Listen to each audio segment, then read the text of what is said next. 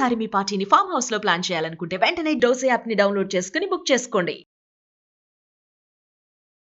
నమస్తే రమగారు. నమస్తే జయ. రమగారు, దయ్యాల కథలు చెప్పుకుంటా ఉన్నాం.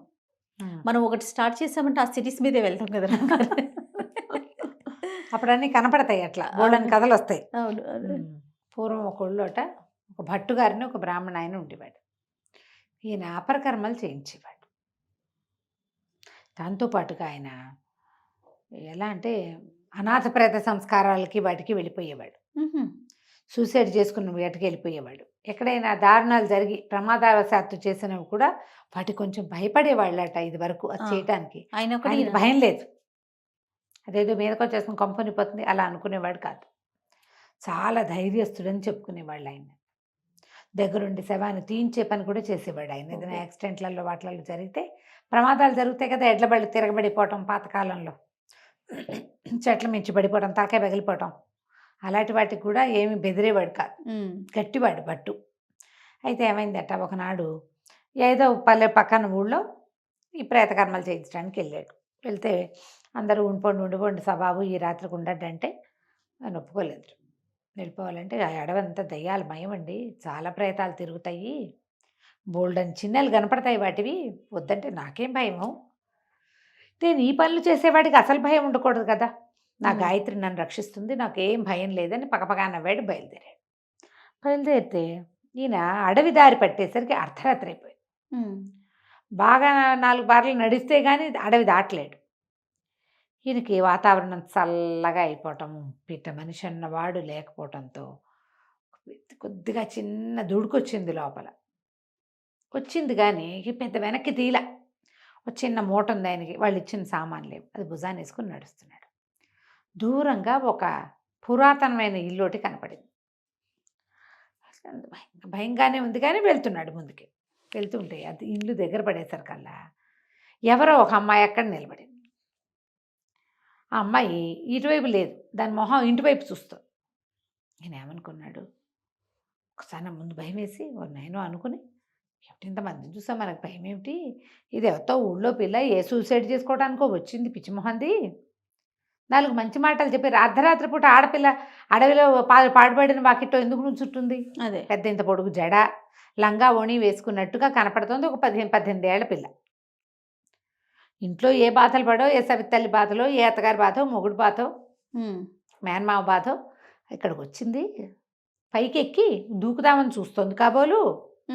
మరి దీన్ని ఎటాగైనా మాట్లాడి దీన్ని సరిచేద్దాం అంటాడు. ఏమే అమ్మాయి, ఎవరమ్మాయి నువ్వు, ఇక్కడ ఎందుకే నుంచున్నావు, ఈ రాత్రి వేళ ఎందుకు వచ్చావమ్మాయి అడవిలోకి, పద నేను ఊళ్ళో దిగబెడతాను అన్నాడు. అనేసరికి ఆ అమ్మాయి అంది, ఎహేపా నీకెందుకు, నా గోళ వెళ్ళిపో, నీ దారి నువ్వు అంది. అంత పెద్దవాళ్ళతో అట్లా మాట్లాడరు కదా, తప్పు కదా. ఏం తెల్లబోయాడు, ఏమిటి పోయేది, తిరుగు నువ్వు అసలు ఎవరో చూస్తాను, ఎవరమ్మాయివో చూస్తాను అన్నాడు. అనేసరికి వాళ్ళ అమ్మాయి అంది, దయ్యాన్ని నేను, నువ్వు ఇంతమందిలో చూశాను నేను, భయం లేదు, నాకేం భయం లేదు, తిరిగి నువ్వు పోతావా పోవా, నీ దారి నువ్వు, నేను పడతాను జాగ్రత్త, దయ్యం పట్టడం అనమాట, నేను పట్టుకుంటాను, నన్ను బట్టే దయ్యం ఇంకా భూమి మీద పుట్టలేదు, అసలు నువ్వెవరో చూస్తాను, ఏది నీ మొహం చూపించి నాకు అన్నాడు. ఇటు తిరిగితే అది ఎట్లా ఉంది, సన్నగా పొడుగ్గా చక్కగా ఉంది పర్సనాలిటీ, మొహం సొద్దగా ఒక రకంగా ఉంది. దయ్యాల మొహాలని చెప్పుకుంటాం కదా కథల్లో, ఇలా చప్పిడిగా ఉందన్నమాట. ఉండి నేను పట్టుకుంటాను అని చెప్పి ఏం చేసిన, నేను ఇంత పెద్దగా అరిచి 4 ఇంత పొడుగ్గా చెప్పి గుడ్లు ఇట్లా వెళ్ళుకొచ్చేలాగా మొహం పెట్టింది భయంకరంగా. తపకమంది లోపల బ్రాహ్మడికి భట్టుగారికి. కానీ అబ్బో ఇంతకంటే పెద్ద పెద్ద నాలుకలు ఎన్ని చూశాను నేను, పేక ఊరేసుకున్న వాళ్ళని 100 మందిని దహనం చేయించా, నాలుక ఈ బార్ వస్తుంది బయటికి, ఇది ఒక నాలుక ఇవో గుడ్లా అన్నాడు. మామూలుగా సూసైడ్ ఊరేసుకుంటే ఏమవుతుంది, కళ్ళు వెళ్ళుకొచ్చేసి నాలుక బయటకు వచ్చేస్తుంది కదా, సినిమాల్లో చూపించరు, ఒరిజినల్గా వేరేగా ఉంటుంది, భయంకరంగా ఉంటుంది రూపం. అవును, ఇంతకంటే పెద్ద పెద్ద రూపాలను చూశాను నేను, పోపో అన్నాడు. అనేసరికి దయ్యం ఉపసంహరించుకుంది, నాలుగు లోపలికి వెళ్ళిపోయింది, గుడ్లు లోపలికి వెళ్ళిపోయింది. బాగా ఆలోచించింది. ఈసారి కంట్లోంచి ముక్కులోంచి చెవులోంచి ఇట్లా నెత్తురు కార్చడం మొదలుపెట్టింది. ఈయన అన్నాడు, ఇంతకంటే ఏం రావా నీకు, నేను ఇంతకంటే ఎక్కువ నెత్తురు బోల్డ్ సార్లు చూసా, తలకాయ పగిలిపోయి, ముక్కు పచ్చడైపోయి, మెడ చీరుకుపోయి, చేతులు తెగిపోయి, కాళ్ళు తెగిపోయి, నెత్తుటి వరదలు బోల్డ్ చూసా, ఇదో నెత్తురా ఇదో కథ. అది బికమం వేసింది దయ్యం. ఇంకేం చేసి, ఏంటండి మిమ్మల్ని నేను భయపెట్టట్లేదా అంది. నువ్వు ఏమీ భయపెట్టట్లేదు, నువ్వెవరివి ఏమిటి అంటే, కాదండి ఇంకా నేను చచ్చిపోలేదండి. నేను పక్కన ఊళ్ళో శివాలయం పక్క వీధిలో ఒక కమ్మరి వాళ్ళు ఉన్నారు కదా, వాళ్ళ కోడలు దయ్యానండి నేను. నేను వచ్చి ఇక్కడ నుంచున్నాను. ఈయన ఆశ్చర్యపడి, బతుకున్న దయ్యాన్ని ఎప్పుడు చూడలేదు, నువ్వు ఎందుకు వచ్చావు చెప్పు, నువ్వు అక్కడ ఉండాలి కదా, బతుకున్నదంటే బతుకుంది పిల్ల.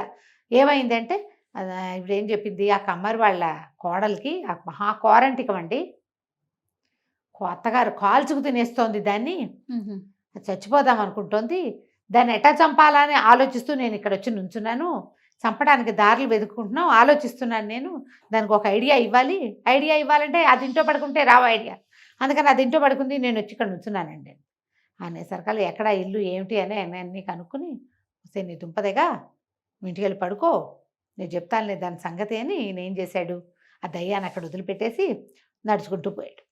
తెల్లవారుతూనే ఆ ఊళ్ళోకి వెళ్ళాడు. ఊళ్ళోకి వెళ్ళి శివాలయం పక్కన ఉన్న కమ్మరి వీధిలోకి వెళ్ళి, కమ్మరి వాళ్ళ ఇంట్లో మొదటి 2వ ఇల్లు 3వ ఇల్లు నందిభద్రం చెట్టు ఉంది దానికి గుర్తు, ఆ చెట్టు ఉన్న ఇంట్లోకి వెళ్ళాడు. తెల్లారి 6:30 అయింది. పాకెట్ ఒక పిల్ల కూర్చుని, ఓ 16 ఏళ్ళది, ఓహో అని ఏడుస్తుంది, పొడుగు జడ అది. ఈ గుర్తొచ్చింది, అక్కడ నిన్న రాత్రి చూసిన పిల్ల కూడా ఇంత పొడుగు జడ ఉంది, ఆ దయ్య పిల్లకి. ఏడుస్తుంది కళ్ళు నులుపుకుంటూ, అత్తగారు పెద్ద పెద్ద పులికేకలు పెడుతుంటే సరే లోపలికి వెళ్ళాడు. ఏమిటి అన్నాడు. ఏమిటంటే సరే ఆవిడ ఏదో చెప్పబోయింది. ముందు రోజు రాత్రి ఇంకా ఏం జరిగింది, అత్తగారు మర్నాడు ఏదో పూజ చేసుకుంటోంది కమ్మరి వాళ్ళ ఇంట్లో. ఓకే. ఆ పూజ చేసుకునేటప్పుడు ఆవిడ అందరికీ పంచడానికి అరటిపళ్ళు తెచ్చింది బోల్డ్ పళ్ళు. అరటిపళ్ళ బుట్ట దాచేస్తే కోడల మీద కోపం వచ్చి ఆవిడ 2 మొడుతుంది. పిల్ల ఏం చేస్తుంది, పరిగెత్తుకుంటూ వెళ్ళి నూతిలో పడుతుంది, లేదా చెరులో పడుతుంది, చావు వస్తుంది అని చెప్పాడు బ్రాహ్మణుడు. ఈ దయ్యం ఏం చేస్తుంది, ఇంటికి వెళ్ళి అరటిపళ్ళ పెద్ద బుట్టను తీసుకెళ్ళి అటక మీద పెట్టింది. కమ్మరి వాళ్ళ ఇంట్లో అరటిపళ్ళ బుట్ట కనిపించట్లా. ఆవిడ లబలబలాడుతూ తిట్టేస్తోంది, దరిచేస్తోంది, నానా తిట్లు తిడుతోంది కోడల్ని. లోపలికి వెళ్ళాడు. నేను లోపలికి వెళ్ళేసరికల్లా, ఏమిటి అమ్మాయి పొద్దున్నే ఏదో పూజ పెట్టుకున్నావు, ఏమిటో అరుస్తున్నావంటే, ఏం చేయను బాబు, పాపిష్టి పిల్ల, ఒక్క పని రాదు దీనికి, చూసి దీన్ని చేసుకున్నా జడ మొహం బాగుందని, అవి తప్పిస్తే ఏమీ లేవు దీనికి, పూజ అండి 9-10 అయ్యేసరికల్లా ముత్తైదులంతా వచ్చేస్తారు, పెద్ద పెద్ద బొట్టండి, అరటిపళ్ళు మాయం చేసేసింది, తినేసిందో పారేసిందో తెలీదండి, పోయినాయండి.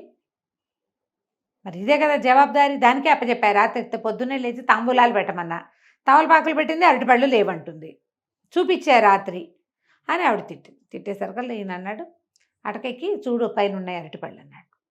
ఆశ్చర్యపోయింది. అటకెక్కింది, ఒక నిచ్చెన వేసుకుని ఎక్కాలి. కోడలు ఇట్లా చూస్తుంది ఆశ్చర్యంగా, దానికి తెలియదు కదా. అవును. సరే అరటిపళ్ళ బుట్ట, బాబు మీకెట్లా తెలిసిందండి, తెలియటానికే ఉందమ్మా, నీ కోడలు చచ్చటానికి సిద్ధంగా ఉంది, దీని దయ్యం నిన్న రాత్రి నాకు అక్కడ కనపడింది, ఓహో, నే చెప్పిన ఐడియా ప్రకారమే అరటిపళ్ళ బుట్ట, లేకపోతే ఈ పిల్ల బక్క పిల్ల ఇది ఇంత బుట్టని 5 రోజుల్లో ఉన్న అరటిపళ్ళని ఎత్తి పైన పెట్టగలదా, దయ్యం కాబట్టి పెట్టింది.